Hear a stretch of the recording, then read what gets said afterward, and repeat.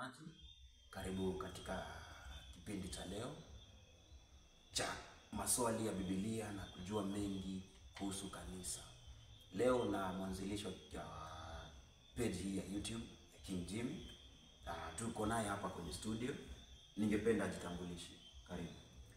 Kwa majina kama vile mnavyonifahamu, mimi ni King Jimmy.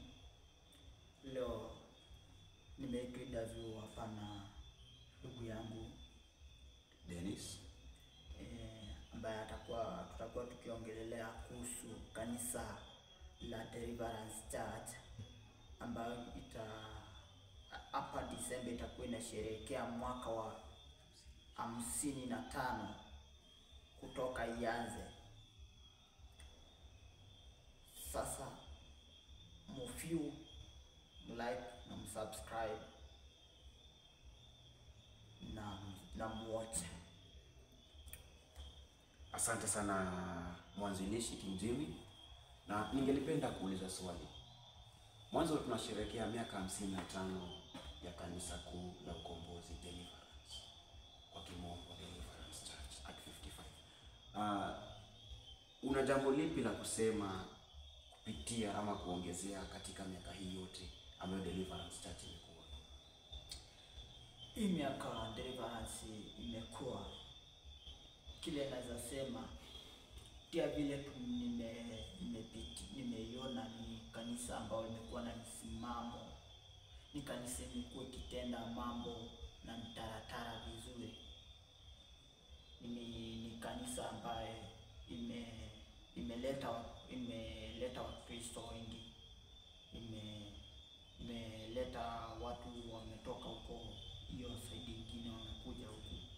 So kuna mambo Deliverance Church imefanya ya kusherehekewa kwa hiyo miaka 54 imepita. Nikuulize jambo, maana umetumia lugha tofauti, mtaratara.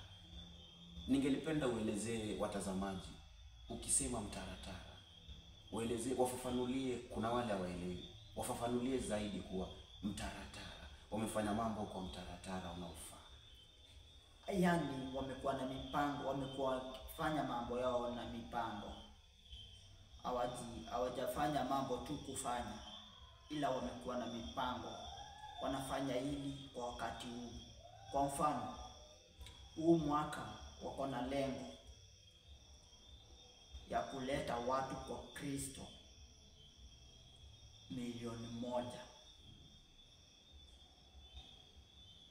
Kumekuwa na wale viongozi, kwa mfano kiongozi Bishop Mark Kariuki akiwa juu, wakifuatana hivyo ndivyo ninamaanisha na mipango. Hawajakuwa mtu akiamka anafanya ile na anaamua anafanya hii. Umekuwa na mipango. Miezi kadhaa ambayo imepita, kiongozi, kumekuwa na kongamano la Impact kule Majestic City Deliverance, na watu zaidi ya 200 waliokoka. Hivi unachangia vipi katika uokozi huo? Maana nasikia unasema kuna matarajio ya kuokoa na kupeleka nyoyo zaidi ya 1,000,000 katika ufalme wa mbingu. Una mchango upi katika kuongeza nafsi katika uwepo na ufalme wa mbingu? Kwangu ni like wale watu tunatangamana na wao kwa njia tofauti pale kazini, na waeleza kuhusu Kristo. Watazamaji wanaonitazama pale kwa page yangu, nawaeleza kuhusu Kristo. Hiyo ndio njia moja ambayo naweza nikafanya kuwaleta. Wale wengine tunapitana pale tukifanya kazi zetu, na waleta kanisa na wapea faida za kukua ndani ya Kristo kupitia mifano.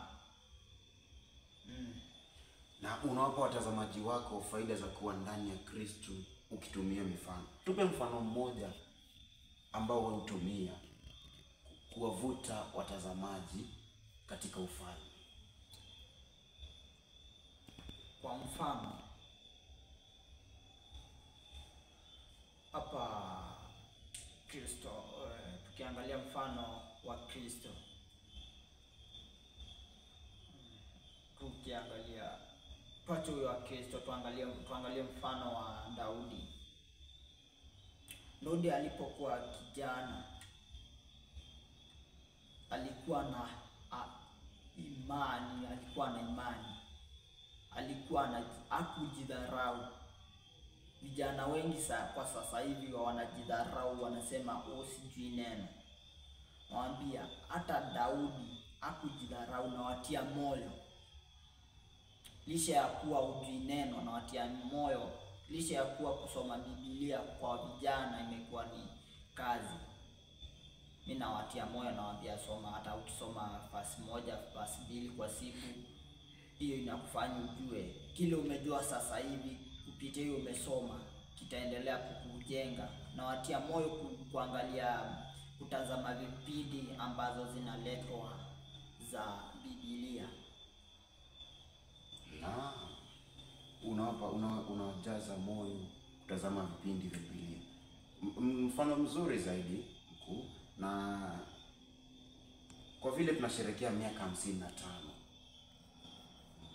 una jambo lipi la kuambia watazamaji wako pale nyumbani, pale kwenye page ya YouTube? Una jambo lipi la kuambia, ama ni lipi ambalo unaweza kuongezea ili waweze kuhudhuria mkutano huu?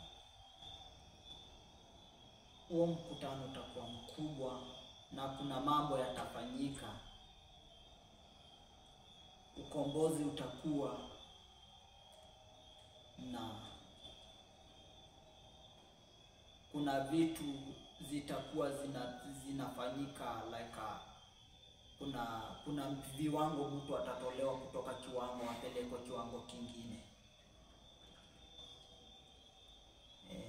Kuna wale watakuwa like unakuwa na ulemavu wa mfuko pale, ukienda pale ukiaminia Mungu kuhusu hilo jambo litatendeka.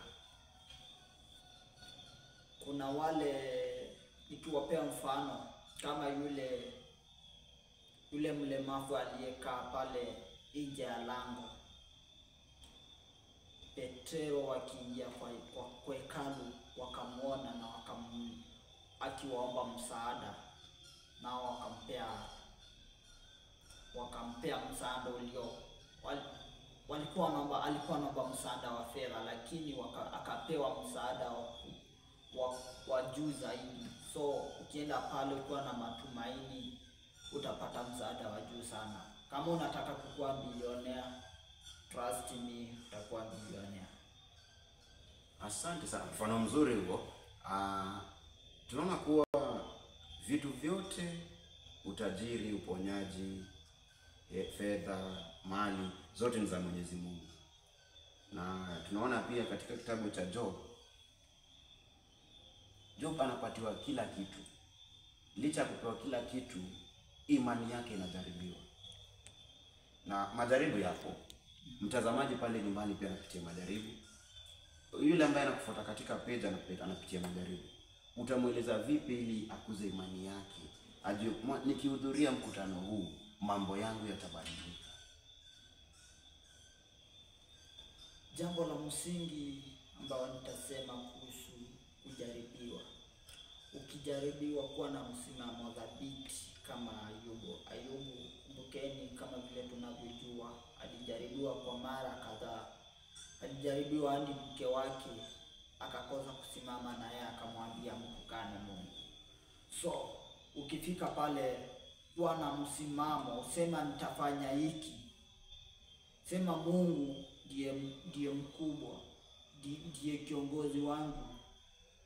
Lisha ya vile vitu uko nazo, amini Mungu, na anakuambia ukiamini mambo yanaenda kukua ya juu. Kumbuka Ayubu, baada ya kujaribiwa na kushinda, mambo yake yalipandishwa. Hakubaki vile alikuwa. alirudishiwa vitu zake zikiwa na faida, licha ya kuwa zilikuwa zimepotea. Asante sana. Nitafunga kipindi hichi na kitabu cha Mathayo 7:7 ambacho kinasema, enyi wa Kristo, ombeni nanyi mtapewa, tafuteni nanyi mtapata, bisheni na milango itafunguliwa. Hapa ndipo Kristo anashuka katika Deliverance 55 akisema, tafuteni uwepo wa Bwana nanyi mtampata. Asanteni sana. Asante mwalimu kwa kufika. Bwana kubariki zaidi. Amina.